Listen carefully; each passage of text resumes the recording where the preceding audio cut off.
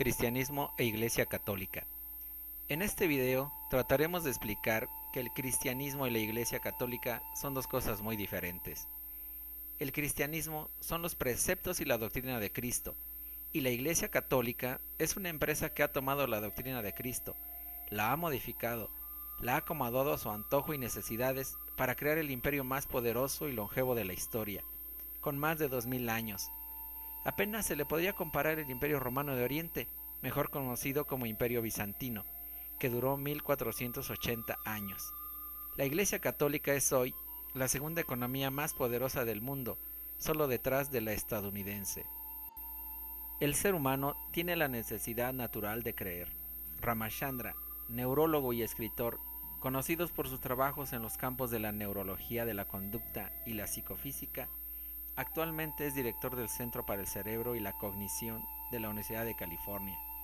En su libro, Fantasmas en el Cerebro, plantea la existencia en una parte de nuestro cerebro de algún tipo de circuito especializado en la experiencia religiosa.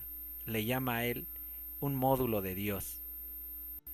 La Iglesia Católica es una empresa que lucra con nuestra necesidad de creer, que nos ha engañado durante tantos años, confundiéndonos, haciéndonos creer que la Iglesia Católica es lo mismo que Dios. Se ha cobijado bajo la doctrina de Cristo, como el lobo se cobija con la piel de cordero para engañar a sus presas. No podemos ni debemos atentar contra ella, porque estaremos atentando contra Dios, contra Cristo. Esta ideología, este engaño es su principal sustento, la gran mentira, que le ha permitido subsistir durante tantos años. Nietzsche, filósofo, poeta, músico y filólogo alemán, considerado uno de los pensadores contemporáneos más influyentes del siglo XIX, señala en su libro El Anticristo: la religión, la Iglesia Católica, propone valores exclusivamente decadentes, propios de un rebaño, apto solo para esclavos: humildad, mansedumbre, obediencia, sacrificio. Valores todos ellos contrarios a los impulsos vitales más elementales. Así pues, la doctrina católica, valiéndose de conceptos como el pecado, la culpa o el arrepentimiento, ataca una y otra vez a la misma vida. El Cristo de Nietzsche y el de la Iglesia Católica poco tienen que ver. Para Nietzsche, Jesús no fue el Hijo de Dios, ni siquiera el fundador de ninguna iglesia, sino un hombre humilde, bondadoso y sensible. Jesús despreció toda forma de organización. Su mensaje hablaba de paz y de mansedumbre, pero no de la mansedumbre que nos enseña la Iglesia Católica.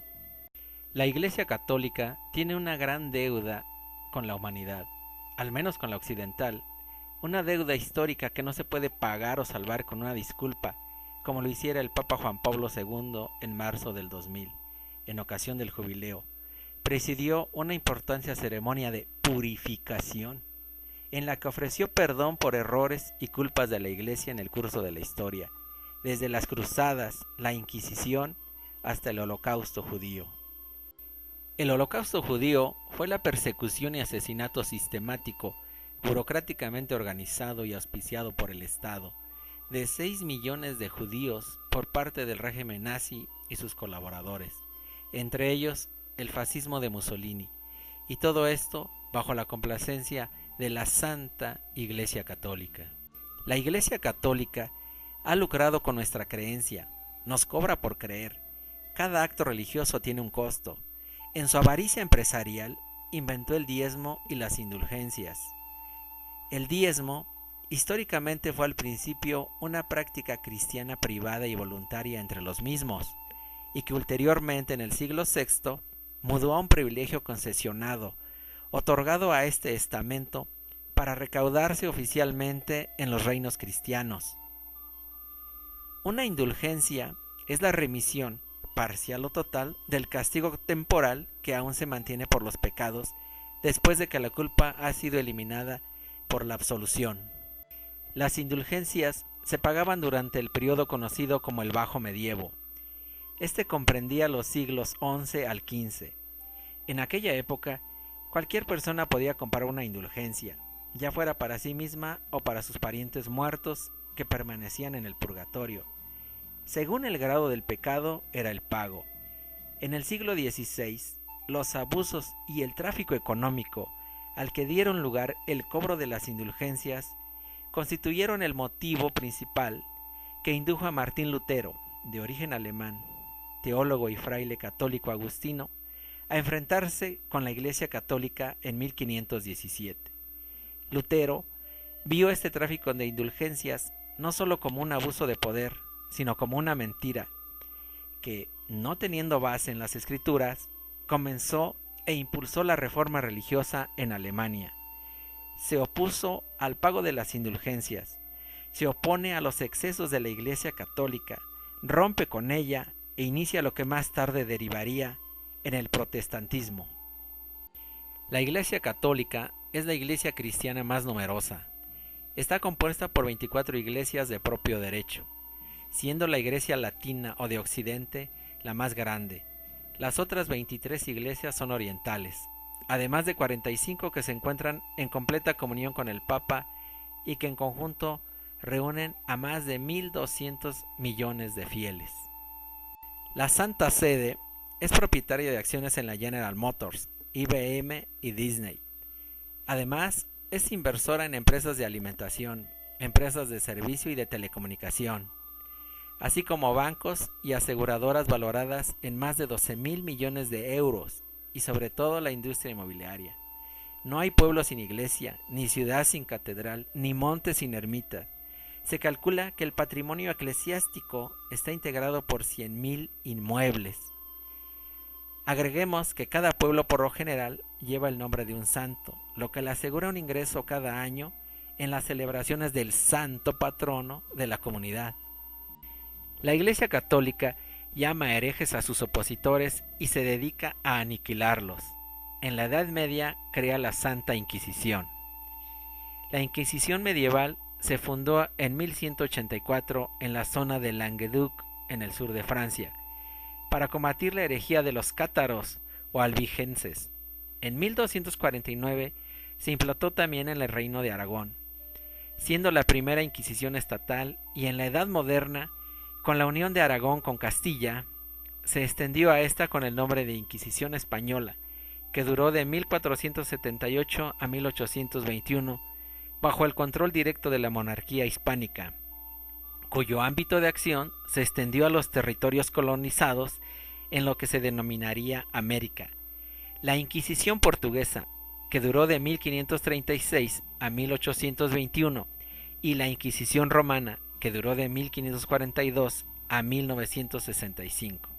Sus víctimas eran seres humanos, incluso animales, acusados de brujería, los homosexuales, los blasfemos, los herejes, que son cristianos que niegan algunos de los dogmas instituidos por la Iglesia Católica, y los acusados de judaizar en secreto. La Santa Inquisición Española asesinó ininterrumpida e incansablemente durante más de 14 siglos a miles de personas. Mató más personas que la Alemania nazi de Adolfo Hitler. La Santa Inquisición, o Santo Oficio, como también fue llamado, nunca fue abolida por la Iglesia Católica. Solo actualizó su nombre a Congregación para la Doctrina de la Fe, congregación dirigida por el Papa Benedicto XVI, o Ratzinger, que así se llamaba cuando era miembro de la juventud nazi y que más tarde fue soldado de Hitler en las baterías antiaéreas. La Iglesia Católica es una de las más grandes criminales de la historia mundial, y no solamente por la Santa Inquisición o las cruzadas en la antigüedad.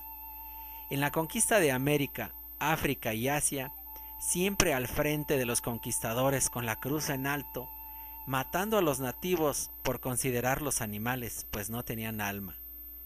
Durante la colonización del Nuevo Mundo, contó con el permiso del Papa Alejandro VI, que concedió a España, por la autoridad de Dios omnipotente, el dominio exclusivo y perpetuo de los nuevos territorios descubiertos por Colón. Más recientemente, apoyó las dictaduras más cruentas y asesinas que ha tenido la humanidad.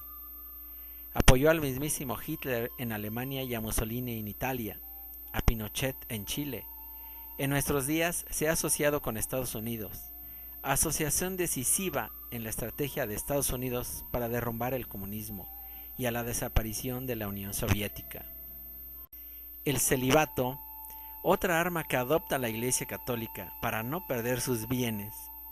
En el Concilio de Elvira, en los primeros años del siglo IV, decretó en su Canon 33: prohibir totalmente a los obispos, presbíteros y diáconos o a todos los clérigos puestos en ministerio que se abstengan de sus cónyuges y no engendren hijos, y quien quiera que lo hiciere sea apartado del honor de la clerecía. La discriminación a la mujer es otro de sus grandes pecados. No permite que una mujer practique el sacerdocio.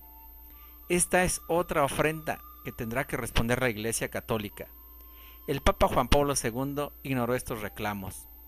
En su carta apostólica Ordinatio Sacerdotalis del 22 de mayo de 1994, explica clara y tajantemente que la ordenación de la mujer no es ni será permitida, porque la Iglesia no tiene de ninguna manera la facultad de darle a las mujeres la ordenación sacerdotal, y esta sentencia debe ser considerada de modo definitivo por todos los fieles de la Iglesia.